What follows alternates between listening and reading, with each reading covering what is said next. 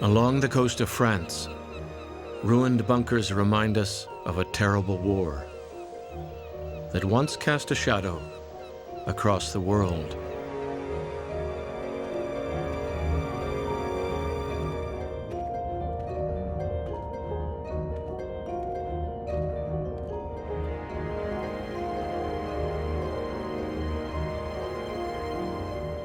But the ruins here are not the only shadows left behind by battle.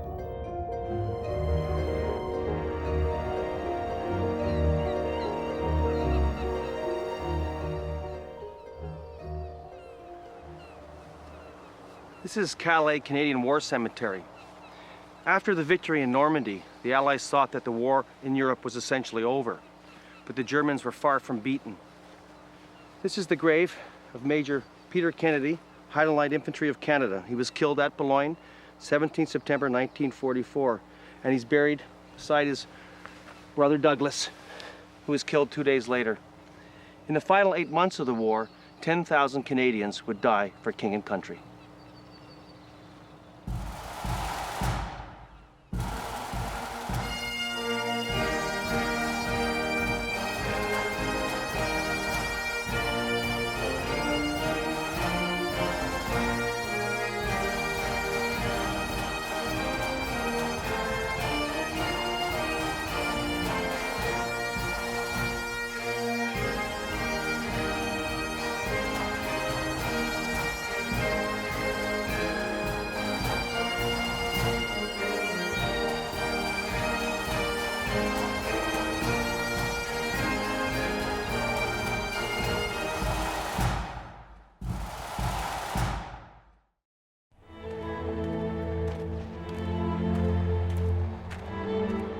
In August 1944, the Allied armies surround and destroy the German armies in France.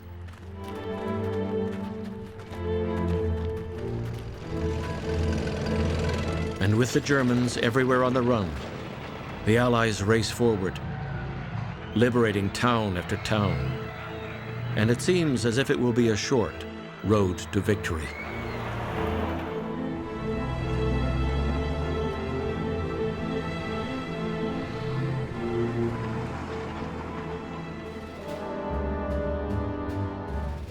Summer 1944. In their victorious headlong advance, the only way the Allies can get supplies, food, ammunition, and gasoline, is through the narrow bottleneck of the Normandy beachhead. And as their supply lines stretch to the breaking point, this threatens to strangle the Allied offensive. So the Allies must capture the Channel ports, and the Canadians are ordered to take them, attacking along the Atlantic coast, Boulogne, Calais, Dunkirk. With the Canadians, as they swing into action against Boulogne, is Artillery Commander Brigadier General Stanley Todt. We had very large enemy forces bottled up in both Boulogne and Calais. Boulogne was a very strongly prepared and defended position. They were in something like 20 feet of cement with steel domes to them, and every other runny thing. The 25-pounder shells would bounce off those fortifications like peas off a tin pan. We tried to get the engineers and infantry onto the roof of one place under cover of smoke. And they poured gasoline down the air ventilators and set fire to them and burned the Germans out. After 9 days fighting, Boulogne falls. But the Germans have blown up the docks, rendering them useless. And the Canadians race north towards Calais.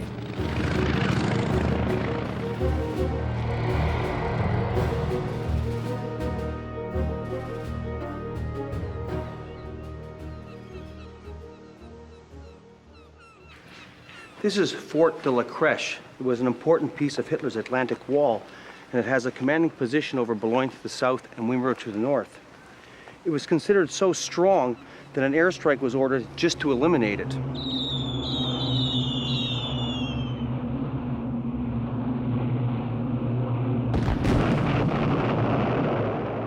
On September 22nd, the same day Boulogne fell, the Queen Zone of Toronto actually captured this position. The next job for the Canadians was to clean up Hitler's Atlantic Wall and capture Calais.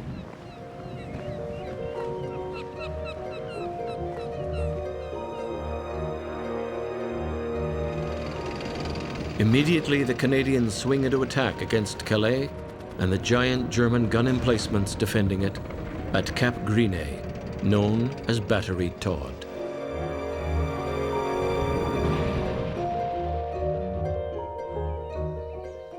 This is one of the gun casements of Battery Todt. This giant bunker, and there were 4 of them, housed the gun with a barrel width of 380 millimeters that could fire a 2,000-pound shell 25 miles.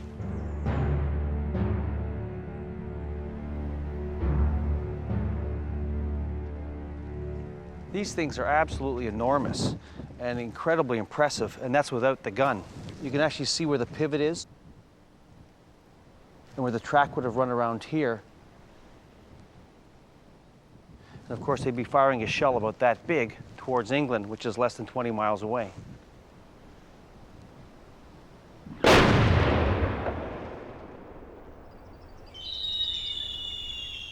For 4 years, German shells have poured down on southern England, particularly on Dover, causing thousands of casualties.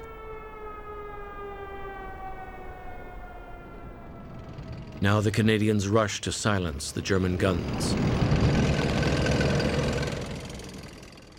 Batteries such as these had their own defenses. They often had anti-tank ditches around them. They had minefields protecting them, machine gun pillboxes. So only a really coordinated attack would have any success.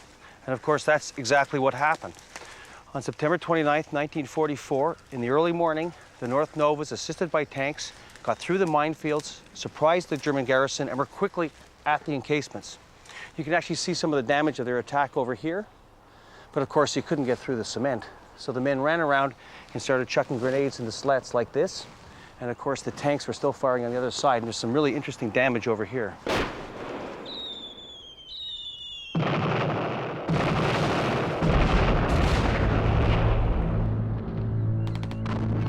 After 2 days of bitter fighting, one German garrison has had enough. Inspecting a conquered bunker with the North Shore Regiment is the chaplain, Father R. Miles Hickey. That very afternoon, Captain Ross, Major Carson, Captain Noel Humphreys, Sergeant Major McRae, and Corporal Parker went by jeep to see one of the Big Berthas. As they approached the place, their jeep hit a mine. They all, excepting Captain Ross, were killed instantly. In a few hours, tragedy stole all satisfaction from our victory. This is Calais Canadian War Cemetery, and it contains the graves of 600 Canadians, mostly men killed liberating the Channel ports. This plot contains a number of men from the North Shore Regiment from New Brunswick. This is the grave of Major J.M. Carson, and beside him is Lance Corporal R.L. Parker. They were both killed when their jeep hit a mine. 2 other men were killed at the same time, Captain Humphreys and the Regimental Sergeant Major McRae. The Germans used mines extensively throughout the Second World War, and they killed hundreds of the Canadians this way.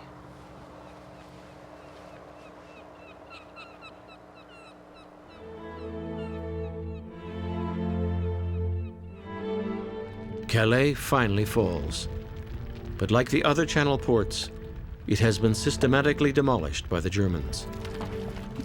The Allies still do not have a port, and the Canadians are now ordered north to open the biggest port of them all, Antwerp.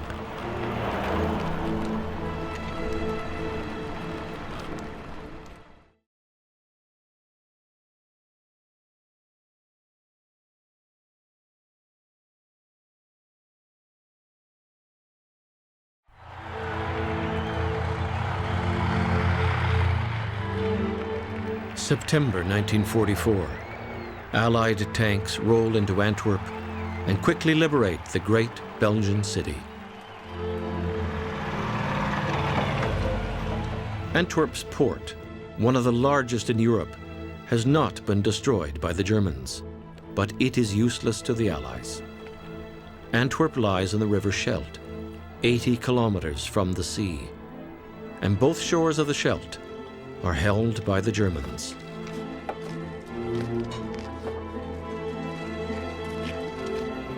The job of clearing the Germans from the Scheldt goes to the Canadians. Their plan is to attack north and south of the river. To the south, they will assault the German-held area known as the Breskens Pocket, hundreds of square kilometers of flat, muddy, flooded farmland.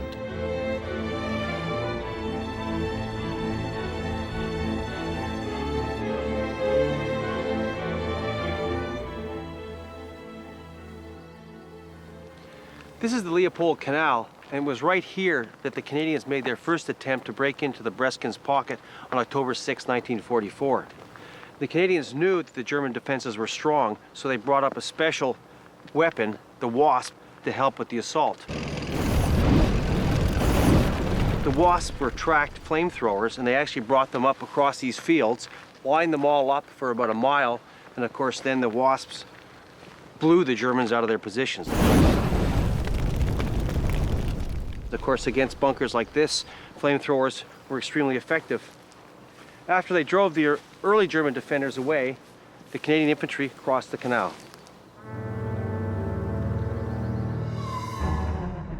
Getting the troops across the canal is the North Nova Scotia Regiment's Major Otte Corbett. The crossing came under heavy mortar and artillery fire. Our casualties were growing, but we were able to keep 2 boats going most of the time. By late afternoon, the Regina Rifles committed all their companies and held a piece of real estate on the far side of the canal. They had a toehold, but could not improve it. The entire battalion had only gained 200 yards, and the Jerrys were counterattacking.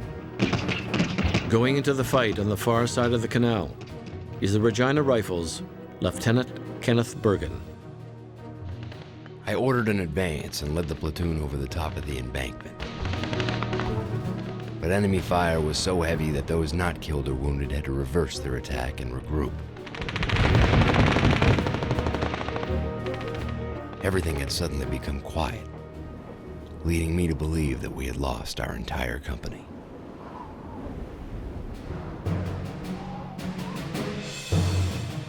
With their troops still fighting desperately on the Leopold Canal, the Canadians launched the second part of their bold plan: to secretly sail down the River Scheldt, right under the big German coastal guns and past German defenses. And on the beaches behind German lines, land 2,000 troops.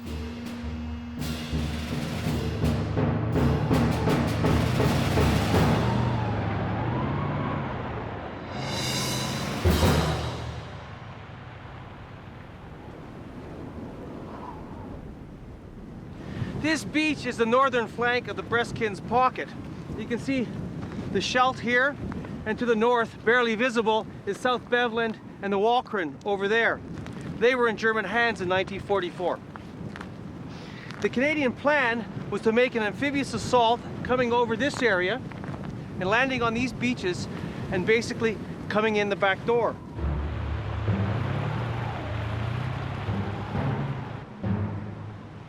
The problem was, if the Germans found them or saw them, their heavy guns at the Walcheren could blow them out of the water in no time.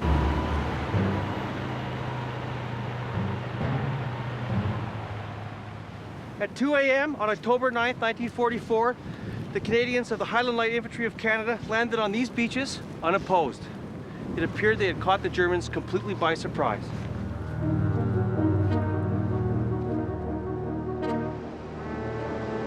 For days, from dike to dike, from flooded field to flooded field, the Canadians fight their way, often waist deep in mud and water. They quickly earn their new nickname, the Water Rats. This dike is typical of hundreds of dikes that Canadian soldiers would have walked on in 1944. This one still has the cobblestone road. Of course, In 1944, the cobbles could well be mined, as could the shoulders of the dikes. And also, the polders over here are going to be flooded. So the only approach to this farmhouse would be along the dike.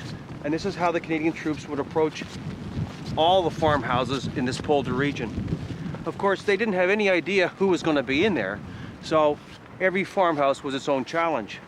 But if a patrol is going up, single file, and the lead man would be the bravest because he's the guy most likely to get shot, they'd approach it, and once the Germans opened fire, the men would scramble to the side of the dike to look for any cover they could get.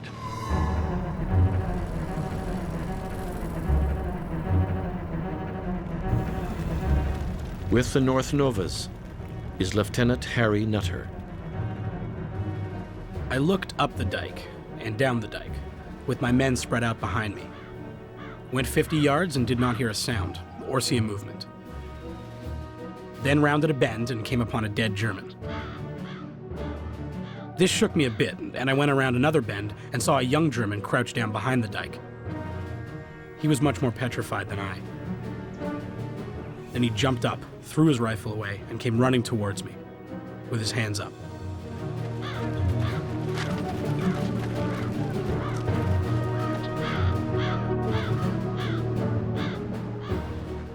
This is Retranchement Village, and it was captured by the Canadians at the end of October 1944. By this time, they had reduced the Breskens Pockets to a very small number of positions, and of course, these positions were very heavily fortified. And the only way the Canadians were going to capture them was with armor.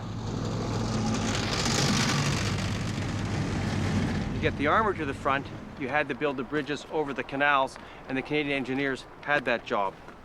The bridge here at Retranchement was built by a company of Canadian engineers under Sergeant John Hickman. And of course, the Germans know that the bridge is going to mean armor, and they're shelling them continuously or mortaring them.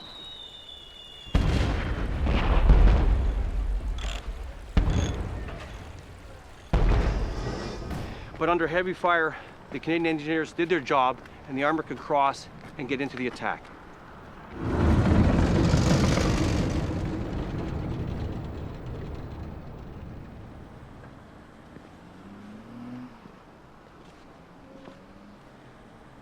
This is a memorial that was erected by the local Dutch community to commemorate the bravery of the Canadian engineers who erected the Hickman Bridge in 1944. You can actually see a piece of the original Bailey Bridge over here. And of course, the plaque explains the story, how under fire the Canadian engineers fearlessly put up the bridge and helped liberate Holland. The sad part about it is Sergeant J.L. Hickman was mortally wounded in the action and died later on the day of October 31st, 1944.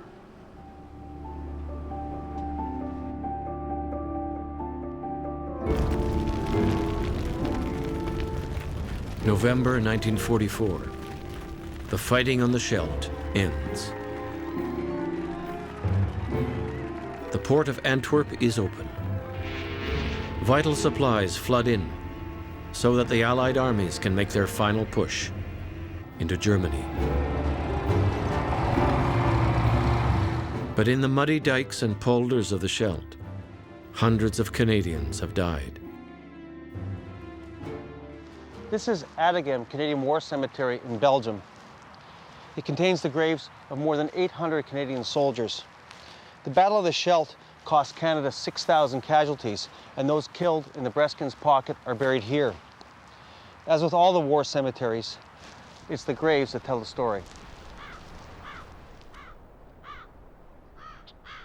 The fiercest fighting in the Breskens Pocket took place in the early days along the Leopold Canal, and there are more than 100 graves of the men killed in that fighting in this cemetery.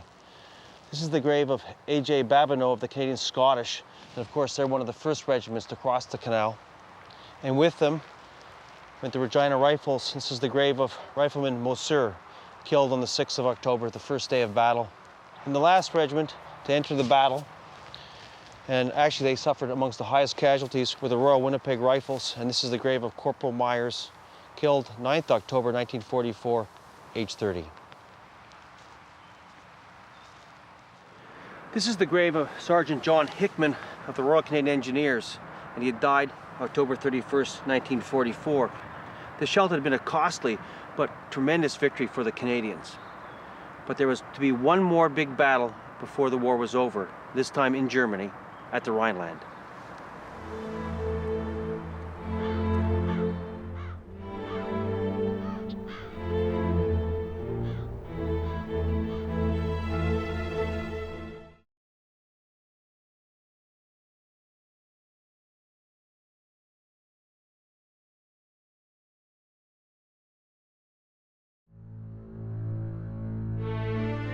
The Rhineland, February 1945. Driven back into their homeland, German troops now prepare a desperate, last-ditch defense of German soil in front of the River Rhine.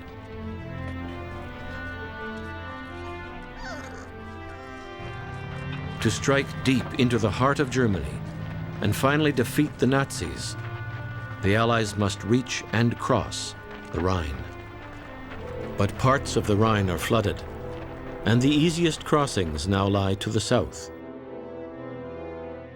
The Canadian plan is to attack through Reichwald Forest, over Udem Ridge, through the Hochwald Forest, to the town of Xanten on the Rhine. February 8th, 1945, Allied guns open fire.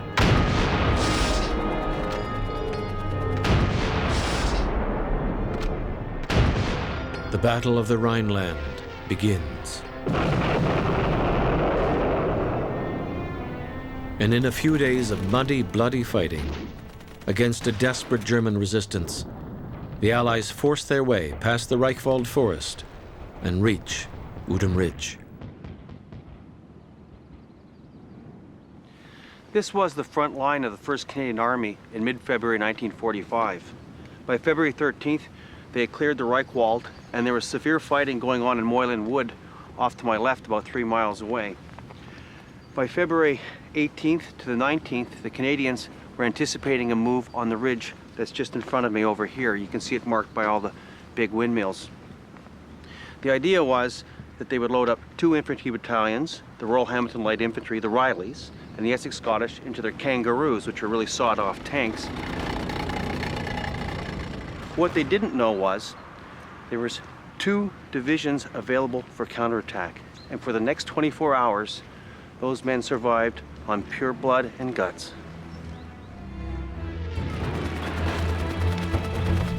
Resisting the German assault with the Royal Hamilton Light Infantry near Udem Ridge is Lieutenant John Williamson. We were counterattacked several times. The Germans were right on top of us, and on a couple of occasions, right in the same building with us. They ran in, threw a couple of grenades, and ran out again. Later that night, the Germans blew a hole through the end of the pig pen and started coming through it. I had a Tommy gun, and I let go of the whole 30 rounds and killed the first German officer that came through the hole. The others, I guess, dispersed under fire from our platoon.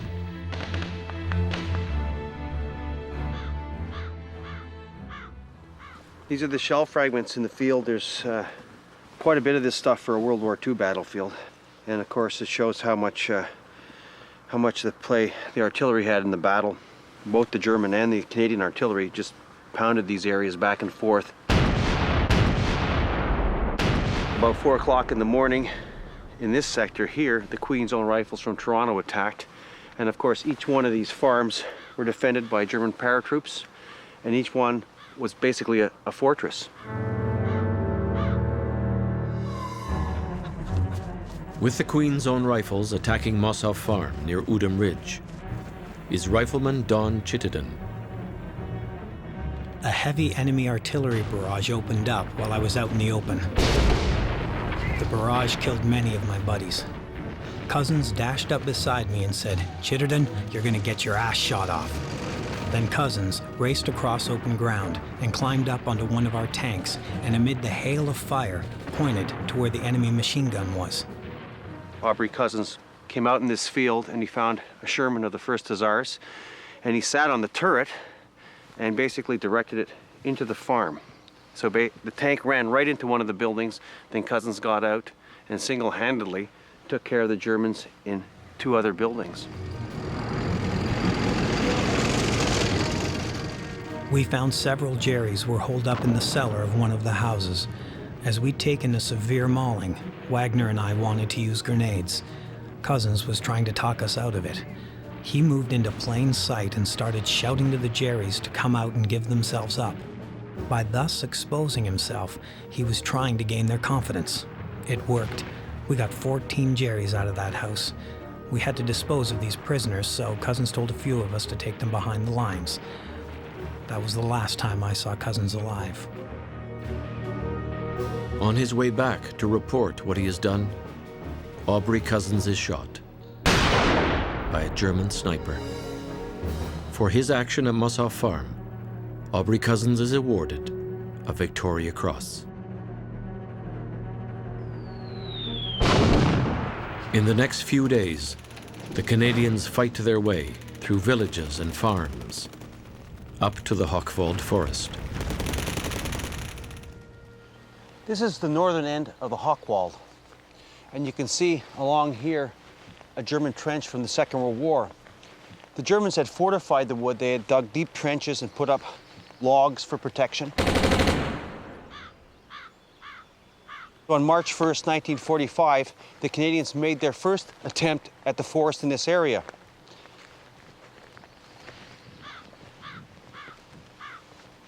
Across these fields, the Essex Scottish attacked, as well as other Canadian infantry units, but the Essex Scottish were under the command of Major Fred Tilston. Leading his men on a dash forward under enemy fire, Major Fred Tilston single-handedly clears out an enemy trench and machine gun post. And while his unit fights off repeated counterattacks, Tilston, though already wounded several times, sets off on the sixth journey to get ammunition. We were short of ammunition, and now we found out we would get no more. I headed over to D Company to bring back some more ammunition. Between our position and that of D Company, there was a huge bomb crater, and as I went through it, a shell or a mortar bomb exploded within 6 feet of me. I knew I was through right then and there. I just made myself as comfortable as I could. I undid my webbing, gave myself a shot of morphine, and I think I became unconscious intermittently, because not too long afterwards, when stretcher bearers were around me, I heard them yelling, "Hey, there's another one over here." For his action in the Hochwald Forest, Fred Tilston is awarded the Victoria Cross. But he has had one leg blown off, and the other so badly mangled that he will lose it too. After 3 weeks of unceasing fighting in the Rhineland, the Canadians arrive at the gates of Xanten, on the banks of the Rhine.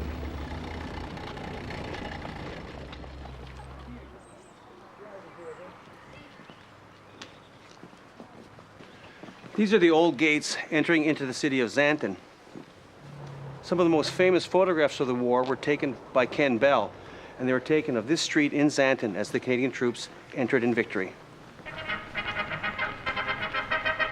Adult, you've bitten off much more than you can chew. Come on, hold your hand out. We're all fed up with you. Go blimey. On March 9th, 1945, Canadian troops advanced through Xanten right to the banks of the Rhine.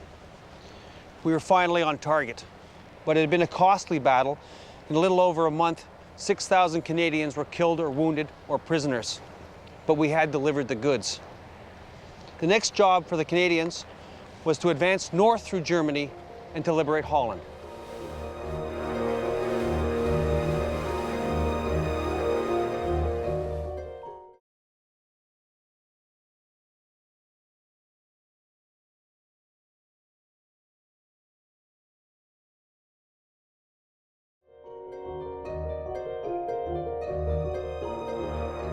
April 1945. The war in Europe is almost over. Allied and Canadian armies cross the Rhine and strike deep into Germany.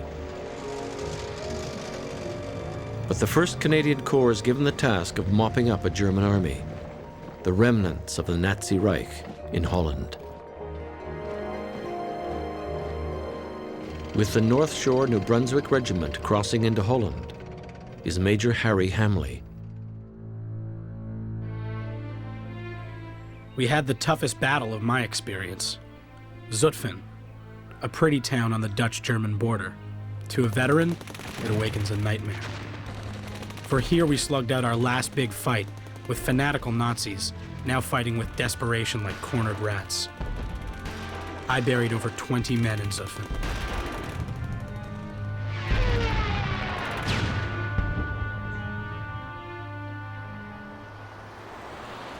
This is the Canadians' bridge in Zutphen, Holland. Zutphen was one of hundreds of Dutch towns and villages that were liberated by the Canadians in April 1945. The fighting here was quite severe, as the German defenders were mostly young German fanatics, Hitler Youth, 14, 15-year-old boys who just refused to give up.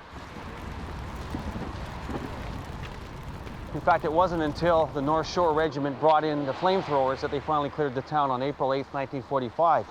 This was typical of the actions of the Canadians until the end of the war. Small fights, 30 men, 20 men killed here and there, and finally they lost 1,400 before the end of the war. But they did liberate Holland.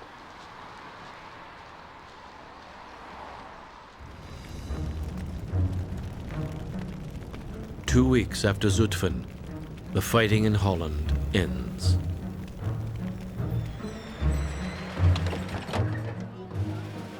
And on May 5th, 1945, General Charles Fuchs of the 1st Canadian Corps accepts the surrender of all German forces in Holland. Holland is free. In one of the crowds, anxiously awaiting the arrival of the liberators, is 15-year-old Cornelia Fuchshot. Over the din of happy people, a weird noise was heard. At first it came in waves, barely audible, and I thought at times that I imagined it, but Annie heard it too. The sound grew louder now, and we recognized drums. And then, suddenly, we saw the soldiers themselves who had come this far, fighting up the beach in Normandy, through France and Germany across the Rhine, fighting all the way to liberate us. Not giving up, still coming on, living through hell and dying in it, but never relenting. Marching on until there was no more enemy to stop them. We saw them passing by, more and more of them, and finally it was too much. A cry went up, a shout of pent-up anguish and jubilation, and sheer love after the hatred of 5 years. We could not stop ourselves. We had to be nearer, closer with these men on top of those tanks and cannons and trucks, and what our voices would not be able to tell them, our arms had to do. Our unspeakable gratitude for dispelling the nightmare.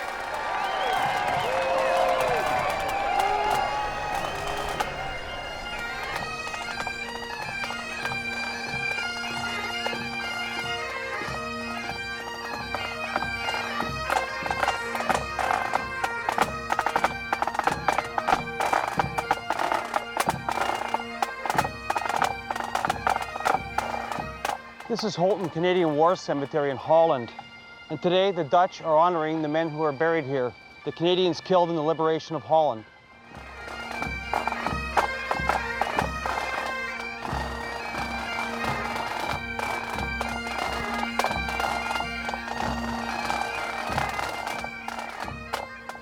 This is the grave of Reverend Albert McCreary. He was the chaplain to the Canadian Grenadier Guards Armored Regiment. And he's one of the last Canadians to die in the war.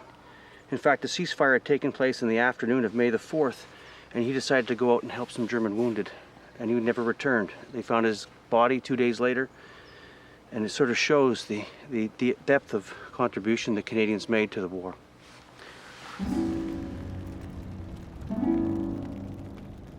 The Reverend A.E. McCreary is one of the last of the 40,000 Canadians to die, fighting from the beaches of Sicily and the shores of Normandy to liberate Europe. Europe is in ruins. And when, as victors, the Canadians enter defeated Nazi Germany, they discover horrors that they had not even imagined. Just a few days after the war ends, Canadian war artist Alex Colville is sent to Bergen-Belsen concentration camp in Germany to draw what he sees. I made a drawing of some women, dead from starvation and typhus lying outside one of the huts. While I drew, a group of bodies was added too, and more people died and were feebly dragged out of the huts. This being in Belsen was strange. That is, seeing one dead person is bad, but seeing 500 dead people is not 500 times worse. There's a certain point at which you begin to feel nothing.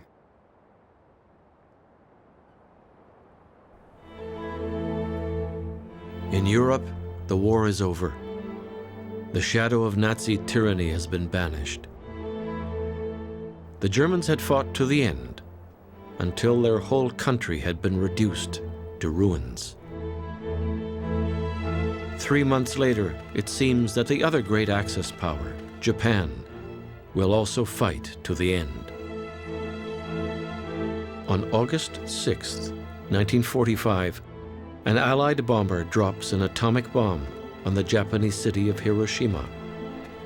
70,000 Japanese die. But Japan does not surrender, and Allied bombing attacks continue.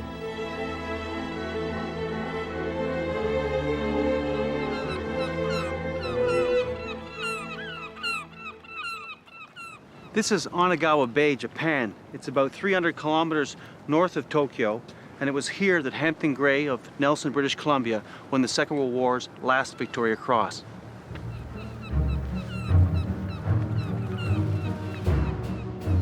Serving with the British fleet just off Japan are dozens of Canadians.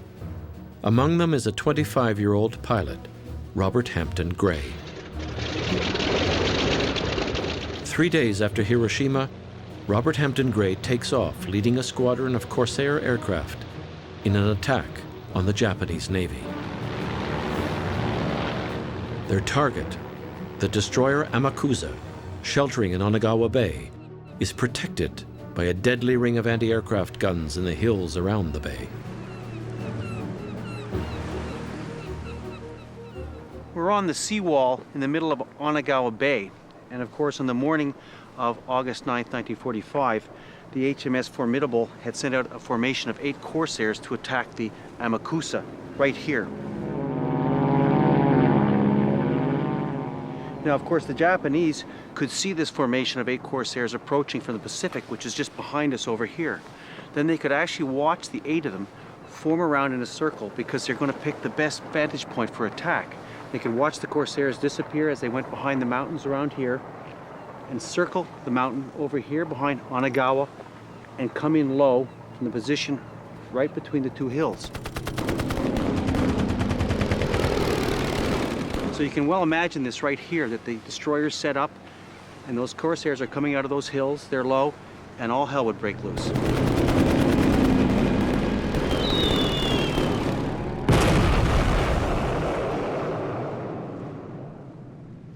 The ship was hit at this point with the 500-pound bomb.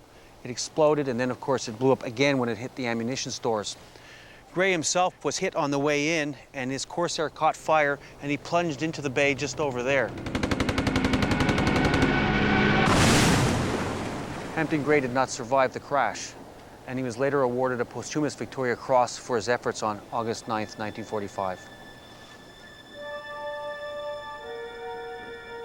Robert Hampton Gray is the last Canadian to be killed in combat in the Second World War. 2.5 hours after Gray's attack here, the Americans dropped their second atomic bomb on Nagasaki, and finally the Japanese were forced to sue for peace. On August 15, 1945, they surrendered, and after 6 long years, the Second World War was finally over. Japanese imperial power has come to an end. But somewhere in the ruins of Japan are tens of thousands of Allied prisoners of war. Among them, 1,400 Canadians. Now, finally, their fate will be known.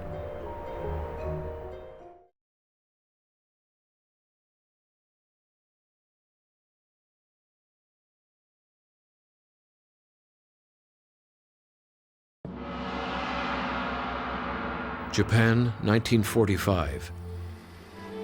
Allied prisoners of war are released. and the true story of 1,400 Canadian prisoners emerges. Among them is 26-year-old Alfred Babin.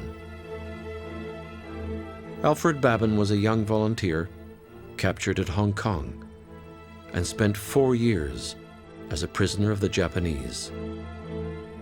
One morning we got up and there were no guards. Nobody was in the guardhouse. Gates were wide open. So we just took over.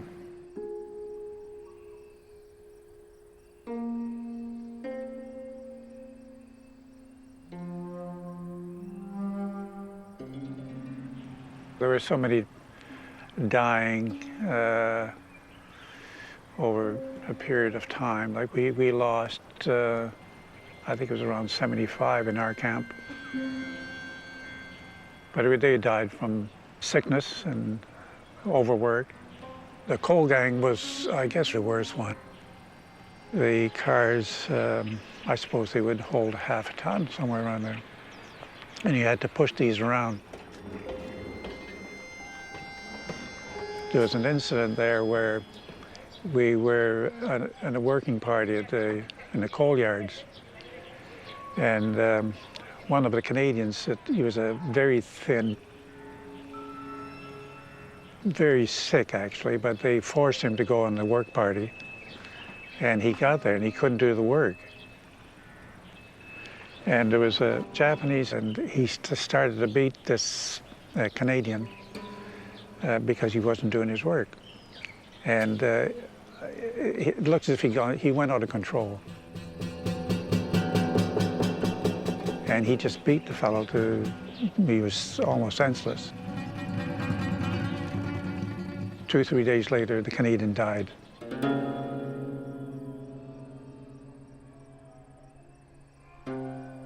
We had 1 cup of rice, a level cup. Everybody got the same. But the rice was full of maggots, which was hard to take at first, but eventually we just loved it. It's a hunger that's very hard to describe because it's your whole being, really, that is crying out for food. And during the day, you're just looking for anything to eat. And then at night, when you go to bed, you dream about food. So it's really something that's with you 24 hours a day. But none of us would have lasted much longer, really.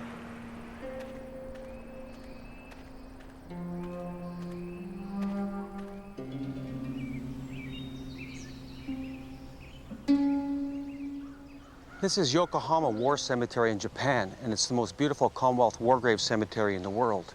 There are 1,500 Commonwealth servicemen buried here within the confines of this beautiful park. But its beauty masks the fact that these men died horrible, lingering deaths at the hands of the Japanese. The cemetery itself is broken into sections based on nationality, and this one is the Canadian section.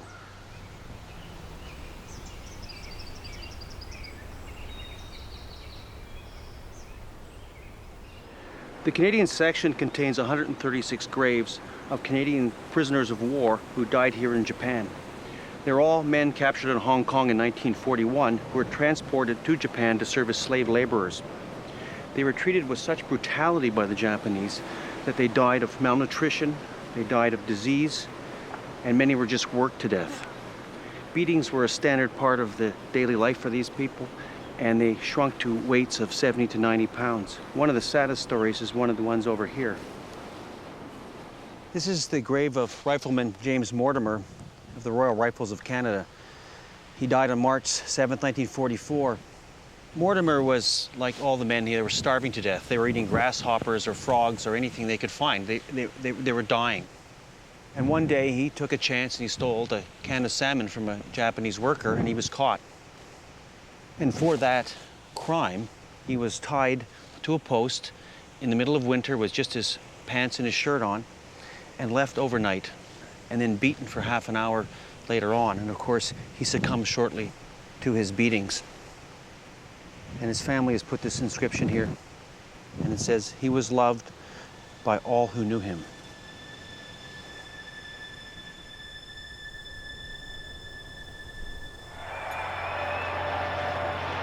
1945. Canadians return home after 6 long years to their families and their lives, interrupted by war. More than 1 million Canadians served, and over 40,000 died on the road to victory.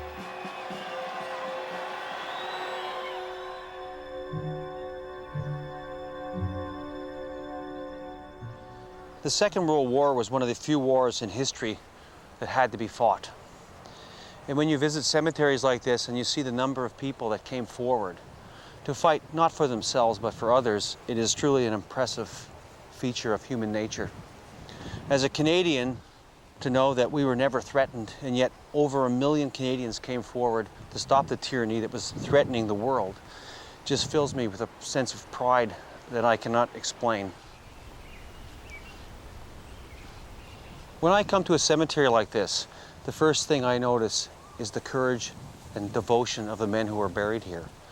And I have to ask myself the question whether I would have that courage, that devotion, if I could be as true to a cause as these men were. And I sort of hope I never find out.